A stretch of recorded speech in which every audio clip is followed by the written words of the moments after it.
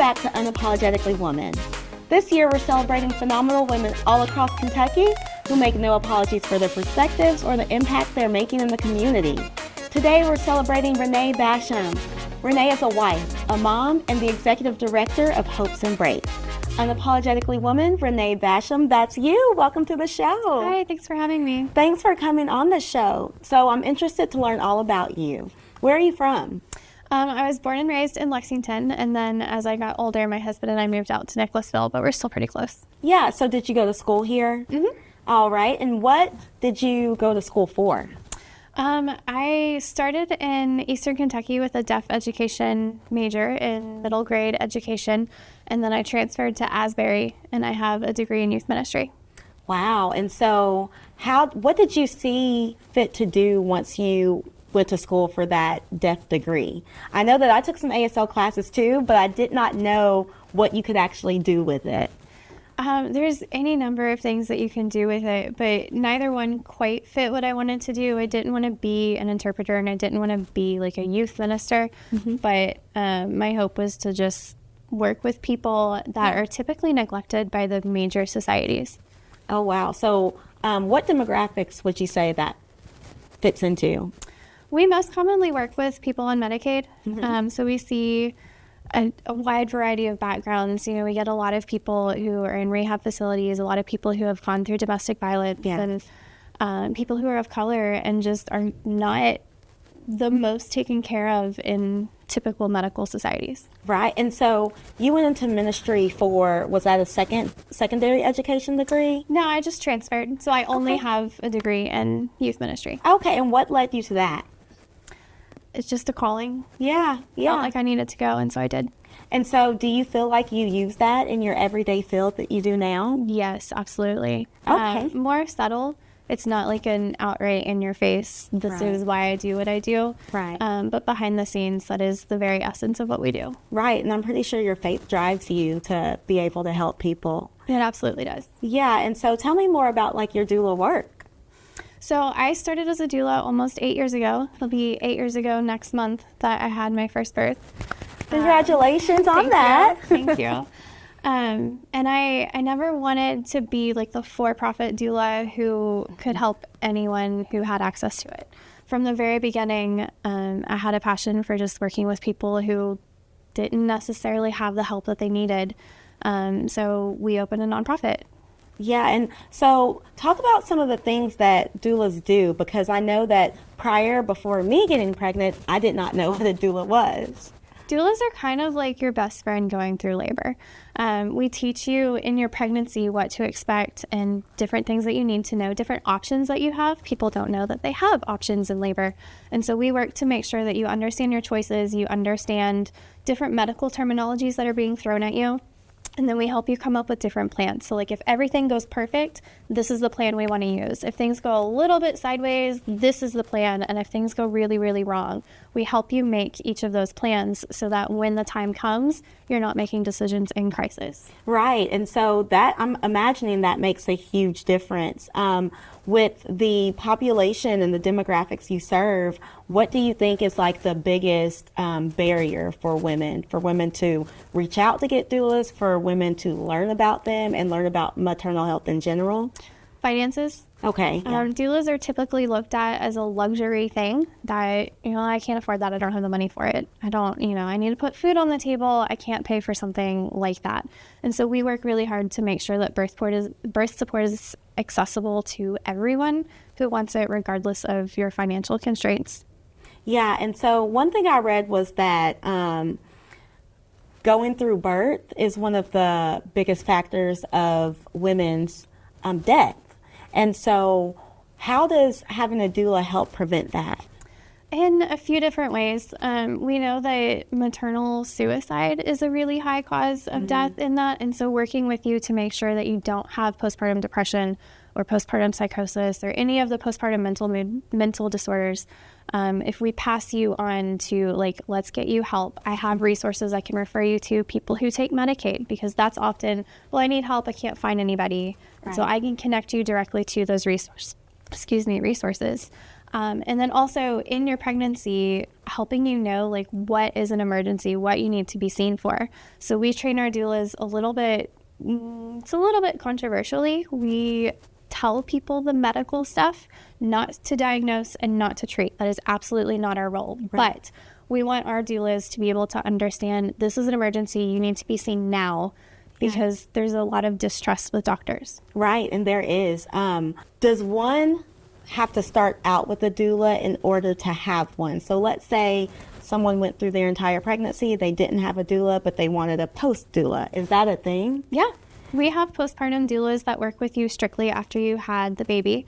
They're people who come into your home and they're kind of a second set of hands for you. So if you want to snuggle and hold baby, but your laundry's piling up, like we'll help get baby's laundry caught up, or we'll help wash the bottles and the pump parts and different things like that. But if you are just, I need to do something, can you just hold my baby? We'll do that too. Right. And so how did you become executive director of Hope's Embrace? And how many births have you been a part of? So I was the founder, so it's kind of easy to just step into that role. Yeah. It was there, and it's hard to find people who care about it quite as much when there's not funding for it right now. Right. Like we pay our doulas, but I don't necessarily get paid for the work that I do. Right. So it was a natural fit to just, I founded it, I'll do it. And then for myself, I've done, I think I'm close to 80 births now, right around there. Wow. And then the organization is right around 250. That's a lot of births. It is. Now, what led you into wanting to do that for work? Did you have your own doula when you had your children? I did not with my first, and that's actually how this whole thing started. Is when I was pregnant with my first child, two things happened. One, we made less than $25,000 a year, and you can't find help for that when you're just trying to like eat and pay for rent and things like that. The second was I had a friend who was also pregnant, and she was in a domestic violence situation. She left California, came back to Kentucky, and had no support around her. Like her mom was here, but she gave birth over 20 years ago, and a lot of things had changed. Yeah. And I was 5 weeks ahead of her. And so I would go to my appointments, and I'd come back, and we'd do lunch, and I'd be like, all right, so this is coming up. This is what you need to know, what you need to think about. And I really enjoyed doing that. And so that just kind of opened the door for finding out that there was a position, and it was a job, and it was something that I could do. And how did you find that out? Really, my best friend was also interested in it at the same time. And so she and I kind of played off of each other, finding what was out there and what we wanted to do and who we wanted to train through, and finding ultimately the place that we settled. Yeah, and listen, doula work, that's an important job, and I'm pretty sure you're important to all of these babies, but your first and foremost job is being a mom. Tell me about your babies. So I have 3 children. They are 8, 6, and 3. It's boy, girl, girl. And I did have a doula with the 2 younger ones, but not with the oldest. And so I'm a homeschooling mom. I work at their co-op a little bit and help out with that, and then run them, to all their activities. And they're very used to mom being gone for who knows how long. My husband is a great support, and so I'll just be like, gotta go, and he takes the kids and I run off.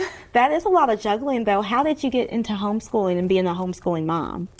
I was not homeschooled, because that's the direct route. Most people are like, oh, you must have been homeschooled. And I was not. It was just something that I really wanted to do. I wanted to have a hand in raising my own children. And there's no judgment and no shame on people who don't choose that route. It's just, it was really important to us that I stay home and I help raise them and then do their schooling. And it's fun. We get to do things that people in public school don't necessarily get the chances to.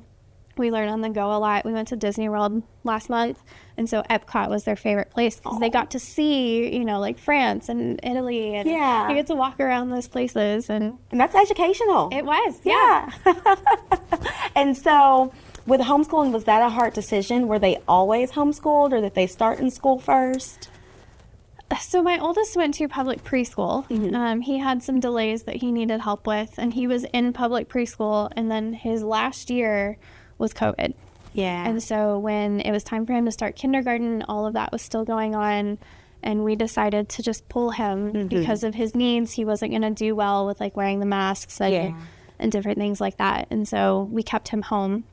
And then it was just he excelled.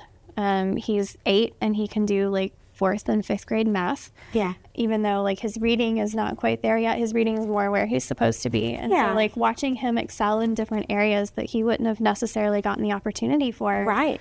It fit. And so the next 2 kids do. And to continue to stay on and with his progression instead of stopping him at a certain point just because he's not in that grade. That's amazing. Yeah, because we do school year round, and we don't do grades. People always ask them. Somebody asked my daughter the other day, what grade are you in? And she said, well, I'm too smart for kindergarten, but I'm not old enough for 1st grade. That is hilarious. So our approach that we take is like, I just buy curriculum, and then as they get through it, we'll just go on to the next one. And if that means, 2nd grade English and 5th grade math, great, we'll pair them together because that's where you are in both skills. Mm-hmm. They don't have to be behind in one or.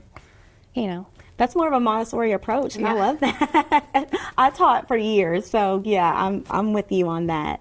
And so when you're not being a homeschool mom or a doula, what are you doing? How do you have fun, relax, let your hair down, self-care? How do you do that? I get my most joy really from going to church. I go twice a week, Sundays and Wednesdays, and like the week feels like it's missing things without that. And so that's a constant. And then getting dinner with friends every once in a while, or sometimes my husband and I will go out and do something, and it's just casual time. Yeah, because I'm pretty sure people are like, how does she do it? She does this, and what does she do for fun, Self-care is very important, but it always comes with a caveat, unless I'm out of birth. Yeah, oh, for sure. And speaking of that, how does one reach out to Hope's Embrace to be able to get a doula or even have you there? You can directly through our website. It's hopesembraceky.org, and there's a contact us form, and so that will automatically like put you in my inbox and know that I need to reach out. And then there's different like referral. Some like Humana Medicaid will pay for doulas, and so like their insurance company refers a lot of people to us. Okay. A few hospitals will refer to us. Okay, that's awesome. So listen, you're a homeschooling mom, you're a doula, you're an executive director, you go to church. Someone who sees you and was like, I want to be her, I want to be like her, I want to do something that she does.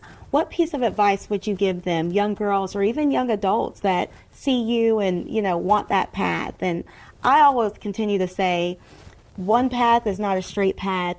Sometimes it takes some courage to get there. And so what piece of advice would you give? Find your people who are in your corner and will support you no matter what, and be able to kind of egg you on going. Be your hype man, if you will. You have to have that for anything that you do, and then just be confident in what you do, because it doesn't always look like you expect it to look. Doulas are not, they're becoming more recognized, but it wasn't a job that you could do, and knowing that it doesn't have to be that set path before you. Get creative. Yeah, that was good. Thank you so much for coming on the show. We love having you. You heard Renee. Find your people that will be in your corner. We'll catch you next time on Unapologetic Woman. I said unapologetic, I'm sorry, unapologetically. Let me do that over. You heard Renee. Find your people that will be in your corner. I'll catch you next time on Unapologetically Woman.